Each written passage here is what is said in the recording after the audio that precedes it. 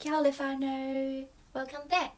大家好，欢迎回到一周的视频工作室。今年的9月14号到21号是新西兰的毛利语言周。毛利语作为新西兰的3大官方语言之一，毛利语言周由新西兰政府发起，目的是为了让人们更多的使用和推广毛利语。庆祝毛利语言周 Te Wiki o Te Reo Māori 有助于让更多在新西兰的人们尊重和了解毛利文化和毛利的相关历史。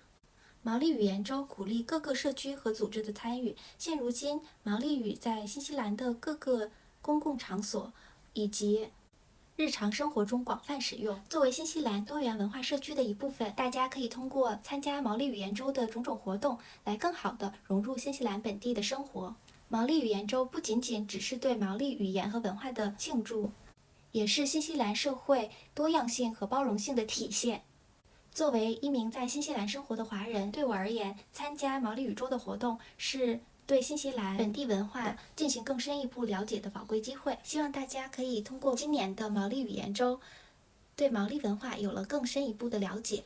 今年毛利语言周的主题是 Ake Ake Ake，A Forever Language， 它代表了新西兰毛利语言的持久性，也反映了新西兰人对未来长期接受并学习毛利语的承诺。那么这期视频就让我们一起来学习一下毛利语的基本发音。学会了毛利语的基本发音，不仅有助于我们可以更好地参与毛利语言周的各项活动，也可以帮助我们在日常生活中更加熟练地使用毛利语。首先，我们先从毛利语的元音发音开始学习。毛利语的发音十分简单，它包括5个元音和10个辅音。元音分别是这几个，它们的读法分别是啊、a、i、o、u。毛利语的辅音一共有10个，分别是这些，它们的读法分别是 h、k、m、n、p、l、t、w。毛利语中辅音的发音与汉语的汉语拼音非常的相似。那除此之外，还有2个2合音，分别是这2个，它们分别读为 ng、和 f。这2个读音在汉语拼音中并没有相对应的读法。的音是由舌根抵住上颚，发出它和元音拼起来分别读作